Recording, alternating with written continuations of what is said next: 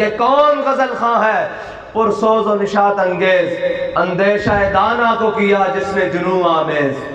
اندیشہ دانا کیا تھا کہ ہمیشہ بین الاقوامی ایجنڈے ہمارے سروں پر مسلط کیے جاتے۔ ایک وقت آیا جب پوری امت پر یہ ایجنڈا مسلط کیا گیا کہ جناب اسلام تلوار سے پھیلا ہے، ہر مسلمان دبک کے بیٹھ گیا، ہر کسی نے دوسری رائے اختیار کر لی کہ نہیں جی اسلام بین الاقوامی ایجنڈا آیا جی اسلام تلوار سے پھیلا، اسلام تلوار سے پھیلا۔ جب انہوں نے دیکھا کہ مسلمان خوف کا شکار ہو گئے تو پھر خود ہی ایک شگنی لگا دی، خود ہی ایک دوسرا ایجنڈا شامل کر دیا کہ اسلام اخلاق سے پہلا۔ مسلمانوں نے فوراً اپنا لیا کہ جی اسلام اخلاق سے پہلا، اخلاق پہ کتابیں لکھنی شروع ہو گئے، ہر کوئی کہنے لگا جی اسلام تو اخلاق سے پہلا۔ ایک مرد واحد تنہا تنہا ممبر پہ آیا، ویل چیئر پہ بیٹھا ہوا، اس نے کہا اوئے کون ہوتے ہو تم جو میرے آقا و مولا کی تلوار کی نفی کرو؟ میں اسلام تلوار سے بھی پھیلا، اسلام اخلاق سے بھی پھیلا۔ میرے آقا و مولا کا تلوار اٹھا کر غزوہ بدر میں تشریف لے کر جانا یہ بھی اخلاق، میرے آقا و مولا کا تلوار اٹھا کر غزوہ احد میں تشریف لے کر جانا یہ بھی اخلاق، میرے آقا و مولا کا بوڑھی مائی کے لیے چادر بچھانا یہ بھی اخلاق۔ اور وہ تلوار کون سی جس کے لیے پوری امت مسلمہ نفی کرنے کے لیے تیار تھی؟ میرے قائد نے کہا جھلے ہو تم اس تلوار کی نفی کرتے ہو جس کو میرے آقا و مولا نے غزوہ احد والے دن بلند کر کے کہا کون ہے جو اس کا حق ادا کرے گا؟ پھر میرے قائد نے پوری امت کو اس تلوار کا، اس طاقت کا حق بھی بتایا، کہا میرے آقا و مولا نے غزوہ احد والے دن وہ تلوار بلند کی کہ کون ہے اس کا حق ادا کرے گا؟ بڑے صحابہ آئے آگے، میرے آقا نے عطا نہیں کی، حضرت ابو دجانہ آگے آ گئے، پوچھا یا رسول اللہ اس کا حق کیا ہے؟ اوے کائنات کی طاقتیں رکھنے والو، اوے ہر طاقت سے ظلم سے ڈرانے والو، میرے آقا و مولا نے قیامت تک مسلمان کو طاقت کا بتا دیا ہے کہ طاقت کس طرح استعمال ہو سکتی ہے۔ میرے آقا و مولا نے فرمایا ابو دجانہ اس کا پہلا حق یہ ہے کہ یہ دشمن کے خلاف اتنی چلے، اللہ اور رسول کے دشمن کے خلاف اتنی چلے کہ یہ ٹیڑھی ہو جائے۔ اور طاقت رکھنے والوں سن لو، طاقت کا پہلا مرکز یہ ہے کہ یہ رب اور رسول کے دشمنوں کے اوپر خرچ ہو، اپنوں کے اوپر نہیں۔ انہوں نے کہا یا رسول اللہ دوسرا حق کیا ہے؟ میرے آقا و مولا نے فرمایا اس کا دوسرا حق یہ ہے کہ یہ کسی مظلوم پر نہ چلے۔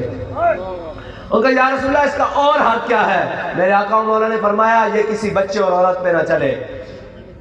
میرے آقا و مولا نے وہ تلوار حضرت ابو دجانہ کے ہاتھ میں تھما دی، جب وہ تھمائی تو حضرت ابو دجانہ نے جب وہ تلوار پکڑی نا تو پہلوانوں کی طرح چلنے لگے، ایسے پہلوانوں کی طرح۔ ہمارے قائد کہتے تھے میں کھڑا ہوتا نا چلتا ہوتا میں آپ کو چل کے دکھاتا کہ وہ چال کون سی تھی۔ وہ چال یہی تھی جس چال کے بارے میں ہمارے پیر صاحب کہہ رہے تھے، وہ چال یہی ہے جو لبیک والے اچھل اچھل کے حضور کی محبت میں نعرہ لگاتے ہیں، وہ چال وہی ہے۔ یہ ہماری روایتی چال ہے۔ میرے آقا و مولا نے جب حضرت ابو دجانہ کو ایسے چلتے ہوئے پہلوانوں کی طرح اکڑ کے دیکھا نا تو میرے آقا و مولا نے فرمایا یہ چال اللہ کو بڑی ناپسند ہے لیکن اس کے دشمنوں کے سامنے پسند ہے۔